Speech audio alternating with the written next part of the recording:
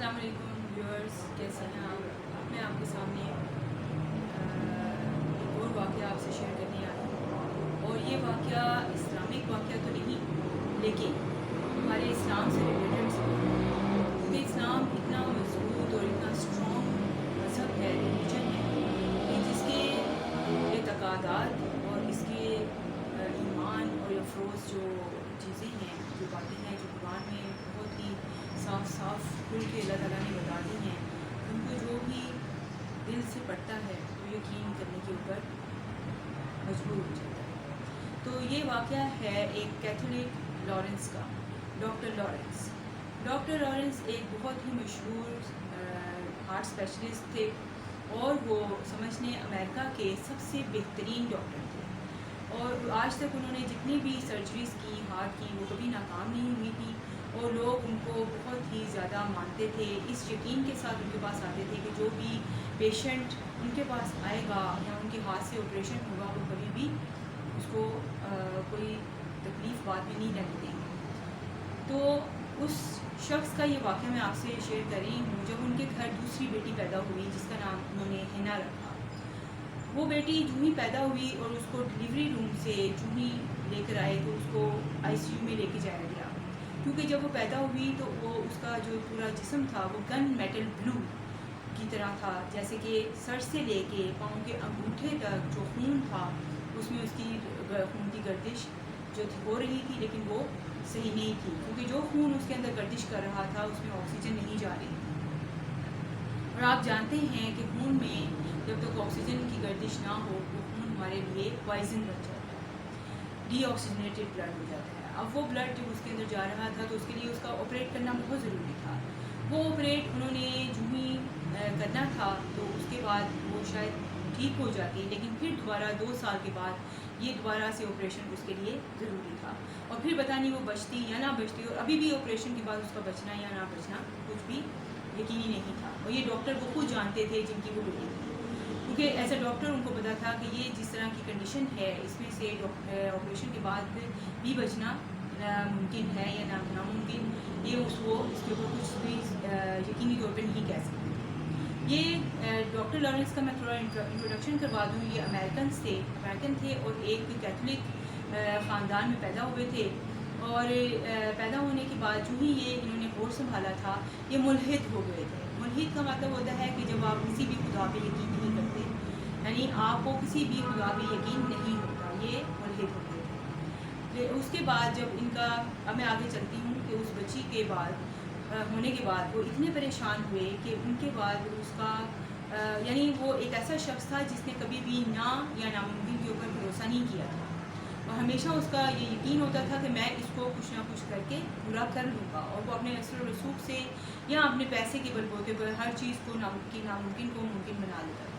لیکن آج وہ ایسا آزمائش میں آیا کہ اس کے لیے یہ تمام چیز اتنی مشکل ہو گئی کہ وہ یعنی مجبور ہو گیا کہ ہسپتال کے آپریشن تھیٹر کے ساتھ ایک کمرہ تھا پریئر ہال وہ جگہ تھی جہاں پہ لوگ اپنے ایمان کے مطابق، اپنے مذہب کے مطابق جا کے اللہ تعالیٰ سے دعا کیا کرتے تھے اپنے پیشنٹس کے لیے، اپنے مریضوں کے لیے جو کہ وہاں پہ آتے تھے۔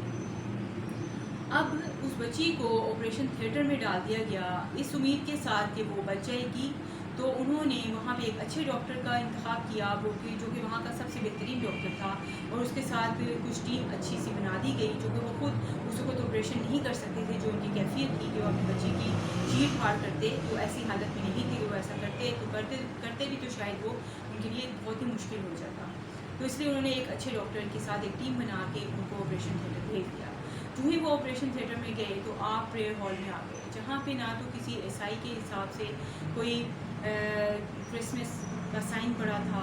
نہ ہی وہاں پہ کوئی ہندوازم کے حساب سے ان کا کوئی بت پڑا تھا، نہ ہی کوئی بدھزم کا کوئی سائن تھا، نہ ہی وہاں پہ کوئی ہمارے اسلام کے مطابق کچھ ایسی چیز تھی، بس وہ ایک ہال تھا جہاں بیٹھ کے آپ دعا کر سکتے تھے۔ تو آج وہ ڈاکٹر جو کبھی بھی کسی خدا پہ یقین نہیں کرتا تھا، آج اس خدا سے مانگنے کے اوپر مجبور ہو گیا جس نے اس کو اس آزمائش میں ڈالا تھا، اور وہ جانتا تھا کہ وہ خدا وہی ہے جس نے اسے پیدا کیا، اور اس نے اس سے دعا مانگنی شروع کی کہ میں آج تیرے سامنے مجبور ہوں اپنی بیٹی کی وجہ سے تو نے مجبور کیا کہ میں آج تیرے سامنے مجبور ہو کے اس کے لیے دعا کرنے کے لیے آیا ہوں، اس کی صحت یابی کی دعا کہ اس کو اس مشکل سے نکال۔ اور میں یہ نہیں جانتا، کیونکہ میرا تو یقین نہیں ہے کہ تو ہے، اور اگر تو واقعی ہے تو مجھے اس آزمائش سے نکال اور میری بیٹی کو ایسے کر دے کہ جیسے اس کو کوئی یہ تکلیف دی ہی نہیں۔ اس طرح کرتے کرتے اس نے اسی وقت بیٹھے بیٹھے اپنے رب سے ایک وعدہ کیا کہ اگر میری بچی آج ٹھیک ہو جاتی ہے تو میں تجھ سے وعدہ کرتا ہوں کہ اس کے بعد میں صرف اس اسلام، اس مذہب کو مانوں گا جو کہ واقعی ایک جو ہے کہ حقیقی مذہب ہے، اور جو سب سے مثبت اور سب سے بہترین مذہب ہے، میں اس کو مانوں گا اس کے اوپر تھوڑی ریسرچ کر کے، تو انشاءاللہ میں تجھے مانوں گا۔ تو اس نے اتنا ہی کہنا تھا کہ ابھی اس کو اس دعا مانگنے میں کوئی 15 منٹ بھی نہیں لگے ہوں گے کہ اس سے پریئر ہال سے باہر نکلا، اور جو ہی باہر نکلا تو وہاں پہ آپریشن تھیٹر کی طرف بڑھا تو اس کو وہ چیزیں محسوس ہو گئیں کہ وہاں پہ وہ بے چینی، بے اضطرابی نہیں تھی، اضطرابی کیفیت نہیں تھی جو کہ وہ چھوڑ کے گیا تھا۔ لوگ بڑے پرسکون اور بہت اطمینان میں وہاں پہ چل پھر رہے تھے۔ تو جب وہ وہاں پہ پہنچے تو انہوں نے کہا کہ آپ کی بیٹی اب بالکل ٹھیک ہے، اس کو کسی آپریشن کی ضرورت نہیں۔ اور اس کے بعد وہ اس کی کچھ وجوہات بتانے لگے، اور جو وجوہات وہاں پہ کھڑے اور لوگ بھی سن رہے تھے جو کہ اس میرے سیکشن سے لنک رکھتے تھے، بلانگس کرتے تھے، یعنی کہ ڈاکٹرز کی ہی وہاں پہ جو ایک میرے ساتھ فیملی تھی، وہ بھی جانتے تھے کہ یہ جو کچھ کہا جا رہا ہے یہ سب کچھ